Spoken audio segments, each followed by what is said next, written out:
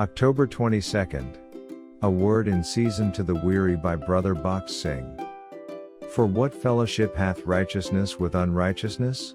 2 Corinthians chapter 6 verse 14. A Christian lady doctor known to me had an income of rupees 40,000 a year through her practice. Her friends advised her to declare a lesser amount of rupees 25,000, because if she gave the correct figure, the government officers would still think that, like others, she also had given a false figure, and was actually getting much more. She came to me for advice. I told her that she was a Christian and so should never tell a lie but should give the correct figure even though the officials might harass her, saying she must be getting much more than that. In the end, the Lord would honor her. In many subtle ways we will be constantly tempted to go against our conscience.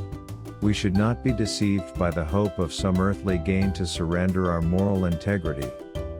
King Asa was given God's message of warning through the prophet, but instead of accepting it thankfully, he became infuriated with the prophet, 2 Chronicles chapter 16 verses 7 to 10. So he put the prophet in prison.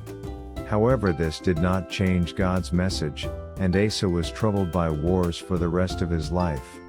He had forfeited the blessing of God. Jehoshaphat was the son of King Asa. He also began very well like his father, 2 Chronicles chapter 17 verses 1 to 12. As long as he obeyed God he went on prospering. But later on, although he knew how his father had failed the Lord and brought loss upon himself, he also succumbed to the subtle devices of the enemy and brought destruction upon himself. Jehoshaphat chose Ahab's daughter Athaliah for his son Jehoram, and in this way he and Ahab became great friends. The result was that much worldliness entered into Jehoshaphat's life. The same calamity has befallen many believers.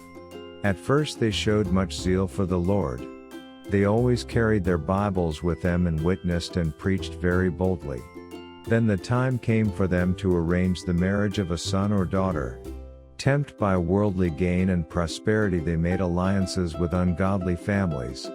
When some servant of God took courage to warn them and show them God's word, like King Asa, they became very angry with him.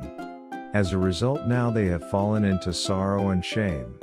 All this is a warning to us not to allow worldly friends like Ahab to deceive us, not to be attracted by worldly pomp and glory to make marriage alliances with ungodly people, and not to get angry with God's servants who give us God's word.